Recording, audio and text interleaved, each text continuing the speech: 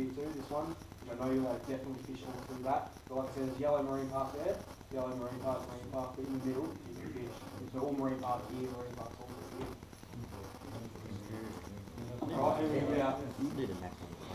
Yeah, gummy sharks in question. How many rods do you want to fish? Gummies I fish for 4 rods, and I always run. You don't realise how many 7-gills there are in the bay. 7-gill sharks, bronzies as well, but bronzies are a bit more tippy when it comes to putting trace down. If you put a salmon head down on a white trace, just put a white trace say this long, you'll catch 7 kills by the literal, you'll get 3 at night on a tide, nearly every guaranteed pretty much. If I was to go out there, when you've got clients, you've got a gummy trip for example, you always pull one out, keeps them happy as well if you don't get a gummy shark. And you get a 7-gill and you get them in tide. They can fight with it, everyone say they're lazy, but you get them in tide, they'll pull some line off as well. And this week, the last couple of weeks, that moon I fished really hard for it. I only got 2 gummies in that, I think it was 9 days or something I fished. And I reckon I had about 30 7-gill sharks. We got most of them up to the boat and I tend to let them go. We got over 100 kilo, they were 120 kilo. And there's a hell of a lot of 7-gill sharks in the bay at the moment, especially this time of the year. And you know those gummies, or not squid. Salmon fillet, big bait. I love big bait. A lot of people say don't get single hook, pin it at the top with an 8-0 or a 6-0. I don't use the whole fillet, so you get your salmon, say your salmon is 45, 50 centimetres. I don't use the whole fillet, I cut it down the bloodline, down the middle, and I use one side. I try not to use the rib side as much. If I've got enough, I won't use that rib side. I'll trim the rib side out of it, but I'll use that whole, from the middle down, from that bloodline straight down the middle, I'll use that whole side of that. Pin it up once at the top.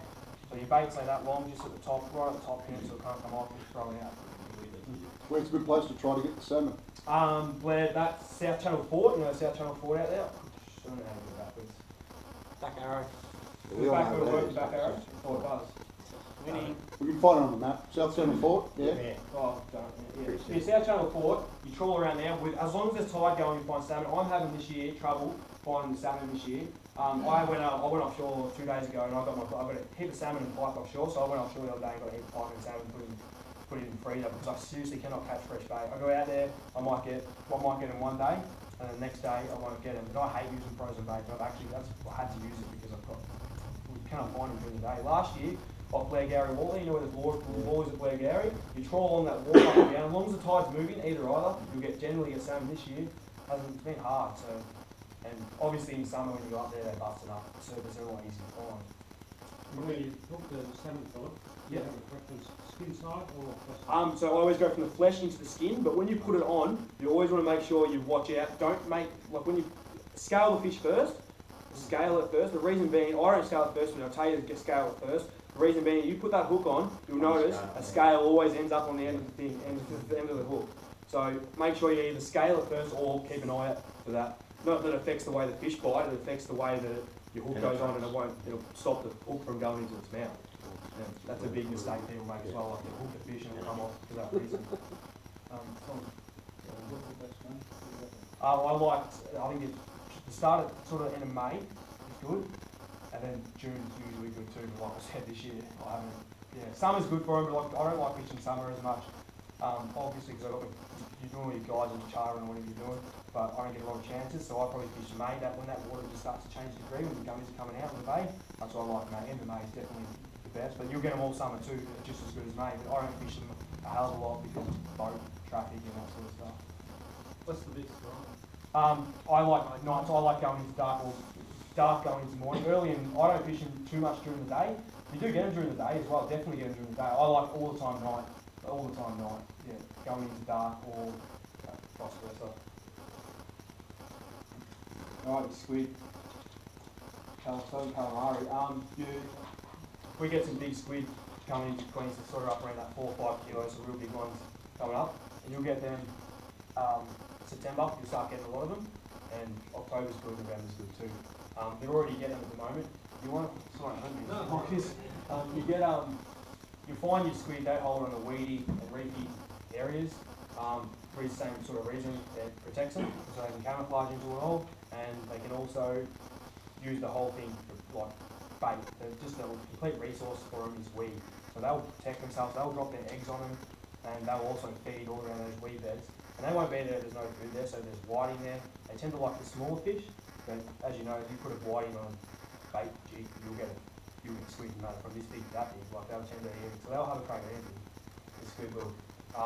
Your depths, your 2 to 15 metres of water as well, you'll get squid all through Southern Buffalo Bay. In Swan Bay, you get 2 metres of water up to St. Leonard's, you get 2, 3, 4 metres of water, right into that bite where you get those bigger whiting up into there. You get 10, 12, 13, 14, sometimes 15 metres. You get them up into called the kelp beds. You get them, and that's when you get your big ones. But the thing is though, it's hard to fish there. You got to be on the fish before they're not there. You got to be on them. And once you get them, the trick to keeping the fish going is to keep having a squat, is to keep going. So when you're fishing that deep, I use hand lines, on them. So you're fishing deeper water, you have 2 jigs going. When you get one, you put one on, you wrap it onto the side of the boat. On our boats, we've got little like you lock your squid jig into it so you can still pull line out. You pull your next one in, you drop that down. Before you put that one up, that one's in as well. So you're constantly, and that's how you get your quick bag of like big squid. You might go over them, they might have moved off those, like they might not want that anymore. You really need to piss squid off like to get them going. Like that's the main factor. Really, they're hungry. They don't live long. They don't even live a year old. Squid. They don't live 300 days a year. They live. They grow. They eat. And they eat. Like the amount of squid that's in the bay at the moment is crazy. They're getting bagged every day of nice size, and they're starting to get bigger as well as the year goes on. They reach their sexual maturity by 7 months as well. So their spawning pattern, like they'll reach before 6, 7 months, they'll start spawning. They'll drop their eggs around that sort of. They tend to drop them from now onwards to November. They'll drop their eggs, and that tends to be when you start getting your biggest fish. Your biggest squid, your males grow bigger, and your males will protect the eggs. So they'll come in. They will be. I don't know if you've seen videos of squid the way they protect their eggs. They'll all lay around their eggs. And same thing, if predators come in, they'll start circling the eggs. They'll circle them and change colours to try and squid rock them when it comes up. Your tides and moons for them. Same again. The reason being, you want to fish your last few hours on tide because your jigs tend to sink better, and your baits, your jigs, your drift a lot slower, and your jigs, you'll be able to work your jigs properly. Your full moon makes squidding really hard as well. Pushes them into deeper water as well. Same as whiting, they push them into deeper water. So just go that little bit deeper and try and find your squid in that deeper water. So if you're fishing in 3 to 4 metres where you got them last week and you're not getting them this week, they'll still be in that area. They'll hold in the area for a while. If there's weed there, they'll hold. Just look a little bit deeper. If there's no eggs there, they'll be somewhere deeper trying to protect either their egg or themselves as well, or just their feeding as well. Your early morning and your night is your better time to catch squid. Where I say that, we don't have problems getting them during the day much at all. We tend to get them all day, but your best bite time is during dark and light. Like I know sometimes you can't get your tides on there, but even if your tides are harder and you're fishing up where the tide isn't as fast up Sereno, when I say your morning, your night, which is better up around Queenscliff and the bite there, if they are, they'll tend to go really good on that first light, especially if you get that tide as the sun comes up. And also with squid, you want your clearer water. Your dirtier water, squid are vision. A lot of it's vision. And they are coloured. From what I know and what I've been researching and what I've been told, they are definitely colourblind. But they can tell the shades of most squid jigs. People will say, oh, I didn't get them on red today. I guarantee if you say someone goes, oh, they wouldn't touch a red jig, I guarantee if I stood next to them and cast a red jig down, I'd catch one. They wouldn't make a difference. It's all to do with the shades of the squid. For example, they might have different cloths underneath them. Their sink rate. The reason that red jig didn't work is because I'm responsible for breeding the jigs, which is your salty samurai, which is breeding your keystone jigs. The design on them, which is a much different, nothing against Yamashita, like I've caught hundreds, but Daniel Umato, that he still uses all them, doesn't use mine, he catches the same amount of squid.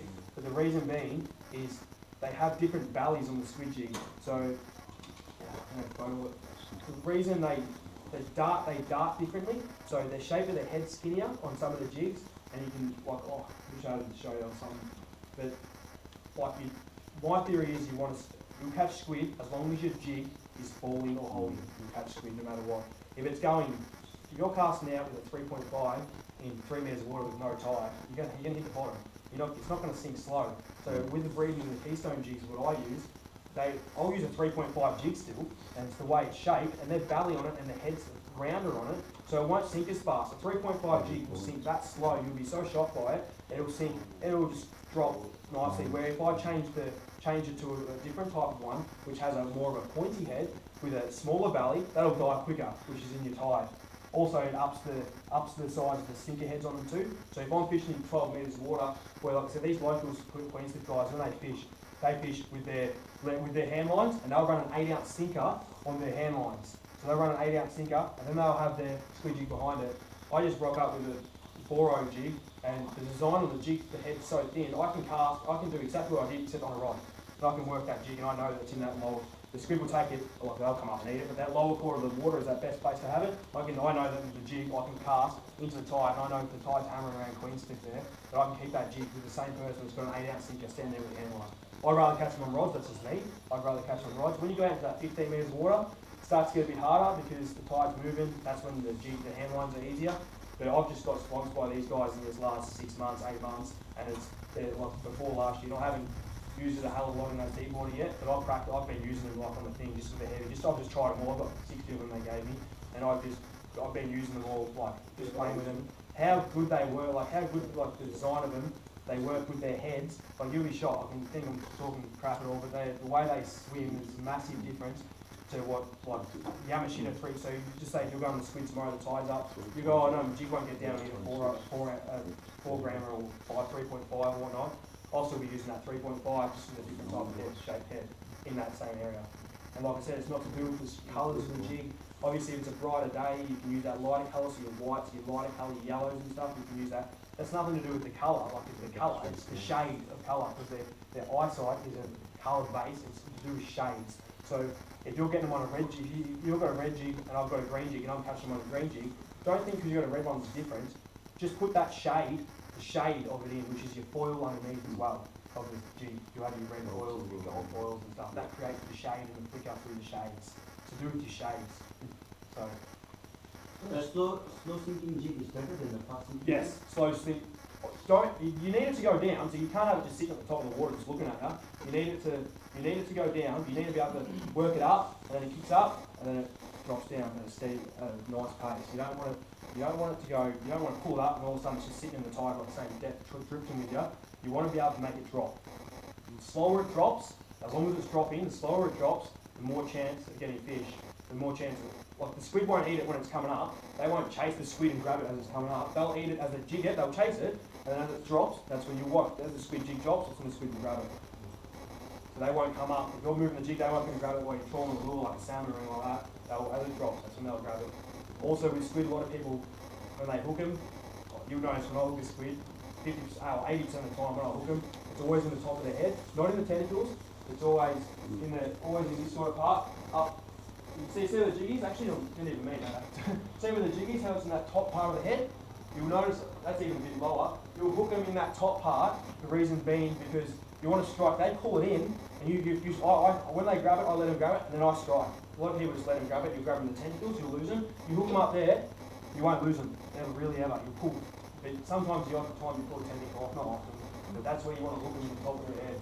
See here, that one I've got it obviously in the thing, in the tentacles. You always try and get them in the crown. So it's not a stupid strike. When they grab it, just give it a good pull up. You can watch a lot of YouTube stuff. The Japanese are very good at it. You watch how aggressive they are at it. I'm not an aggressive squid jig. I won't sit there casting going like this, like a crazy man. I cast it out. I'll just pull it up. And I'll let my jig sing, let it sing. I'll just pull it up. I don't go like, oh, stupid or anything like that. You don't do the hickey stuff. Eggy!